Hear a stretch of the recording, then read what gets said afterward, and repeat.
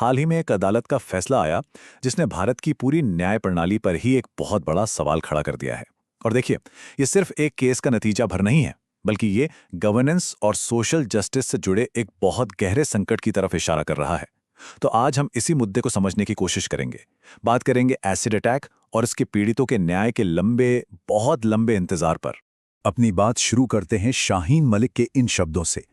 ये सिर्फ एक लाइन नहीं है, ये उस इंसान की आवाज है जिसका सिस्टम पर से भरोसा उठ गया हो। ये वो चीख है जो तब निकलती है जब न्याय का इंतजार करते करते एक पूरी जिंदगी निकल जाती है। यह आवाज सिर्फ एक सर्वाइवर की नहीं, बल्कि पूरी व्यवस्था पर एक सवाल है। इस पूरे मुद्दे की गहराई को समझने के लिए शाहीन मलिक की कहानी से बेहतर कोई और जरिया नहीं हो सकता। आखिर कौन थी शाहीन और उनके साथ ऐसा क्या हुआ कि उनकी लड़ाई आज हमारे लिए एक केस स्टडी बन गई है। आइए जानते हैं। जरा इन तारीखों को देखिए। 2009 जब हमला हुआ और फैसला वो आया 2025 में। 16 साल। इन 16 सालों में 25 सर्जरी हुई, कोर्ट की अनगिनत तारीखें पड़ी और एक विश्वास था जो धीरे धीरे टूटता गया। ये सिर्फ कैलेंडर पर बीते हुए साल नहीं है, ये एक इंसान की पूरी जवानी है जो इंसाफ की धीमी चक्की में पिसकर रह गई।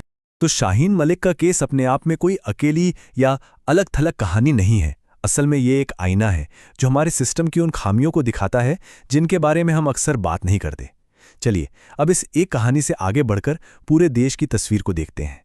तो शाहीन की कहानी को एक लेंस की तरह इस्तेमाल करते हुए अब थोड़ा जूम आउट करते हैं और देखते हैं कि पूरे भारत में यह संकट कितना बड़ा है। क्योंकि आंकड़े जब सामने आते हैं तो वो सिर्फ नंबर नहीं रह जाते, वो उन अनगिनत अनकही कहानियों की गवाही बन जाते हैं। सबसे पहले तो ये साफ कर लें कि एसिड अटैक सिर्फ एक हमला नहीं है, ये एक ऐसा भयानक अपराध है जो किसी की जिंदगी को हमेशा के लिए बदल देता है। ये एसिड त्वचा को, हड्डियों तक को गला सकता है और इंसान को जिंदगी भर के लिए एक ऐसा दर्द दे जाता है जो शारीरिक भी है और मानसिक भी। नेशनल क्राइम रिकॉर्ड्स ब्यूरो यानी एनसीआरबी का डेटा कहता है कि 2023 में 207 एसिड अटैक के मामले दर्ज हुए, यानी 207 बार किसी की जिंदगी को तबाह करने की कोशिश की गई। पर याद रखिए, ये सिर्फ वो आंकड़ा है जो पुलिस की फाइलों तक पहुंच पाया, लेकिन असलियत वो शायद इससे कहीं ज्यादा भयावह है। एक्सपर्ट्स का मानना है कि हर साल करीब 1000 अटैक होते हैं। तो सरकारी आंकड़े और असलियत के बीच का ये जो बड़ा गैप है, ये एक खतरनाक चुप्पी को दिखाता है। समाज का डर, बदनामी और सिस्टम पर भरोसे की कमी, ये सब मिलकर इस चुप्पी को और गहरा कर देते हैं। और ये समस्या पूरे देश में एक जैसी नहीं है। पश्चिम बंगाल, उत्तर प्रदेश, गुजरात, इन राज्यों में मामले कहीं ज्यादा हैं। एक होने वाले एडमिनिस्ट्रेटर के लिए ये डेटा बहुत जरूरी है। ये बताता है कि हमें वन साइज फिट्स ऑल वाले सोल्यूशन नहीं, बल्कि राज्य के हिसाब से टारगेटेड एक्शन प्लान की जरूरत है। तो सवाल ये उठता है कि जब सैकड़ों जिंदगियां दांव पर लगी हैं, कानून भी मौजूद हैं, तो हमारा जस्टिस सिस्टम आखिर कर क्या रहा है? क्या वो इंसाफ दे पा रहा है? इसका जवाब सच कहूं तो काफी चौंकाने वाला है। देखिए, 2023 में हमारी अदालतों में एसिड अटैक के कुल 703 केस चल रहे थे। 703 जिंदगियां जो इंसाफ का इंतजार कर रही थीं। ये दिखाता है कि हमारी जुडिशरी पर कितना बोझ है, जहां हर एक फाइल एक इंसान की टूटी हुई उम्मीद की कहानी कहती है। और अब इस नंबर को देखिए, उन 703 एक्टिव केसों में से पूरे साल में सजा कितनों को मिली? सिर्फ 16। 703 के मुकाबले सिर्फ 16। ये कोई छोटा मोटा गैप नहीं है, ये हमारे जस्टिस सिस्टम पर एक बहुत बड़ा सवालिया निशान है। तो आखिर गड़बड़ कहाँ है? क्या हमारे कानून कमजोर हैं या असली दिक्कत उन्हें लागू करने में है?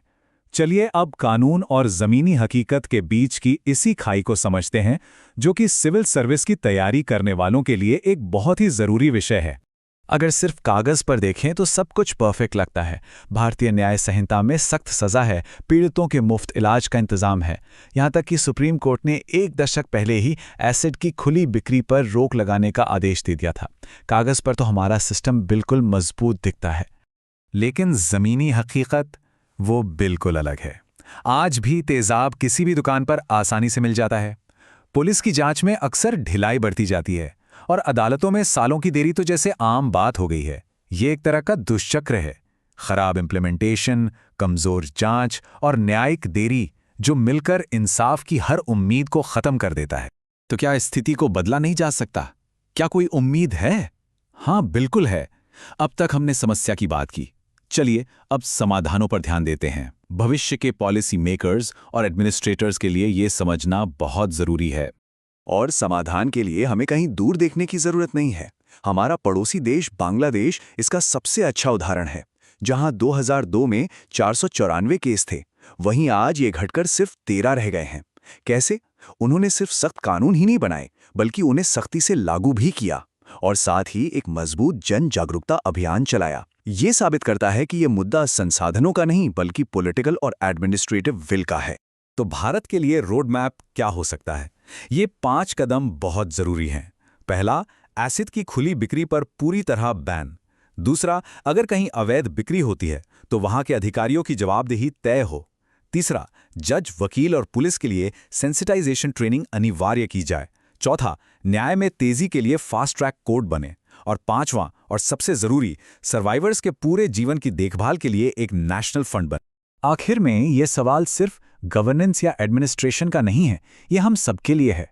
हम एक ऐसा समाज कैसे बना सकते हैं जहां न्याय एक दूर का सपना न हो बल्कि एक हकीकत हो? शाहीन मलिक और उनके जैसे हजारों लोगों के लिए इस सवाल का जवाब अब 16 साल और इंतजार नहीं कर सकता। चुनौती हमारे सामने है और इसका जवाब हम सबको मिलकर खोजना होगा।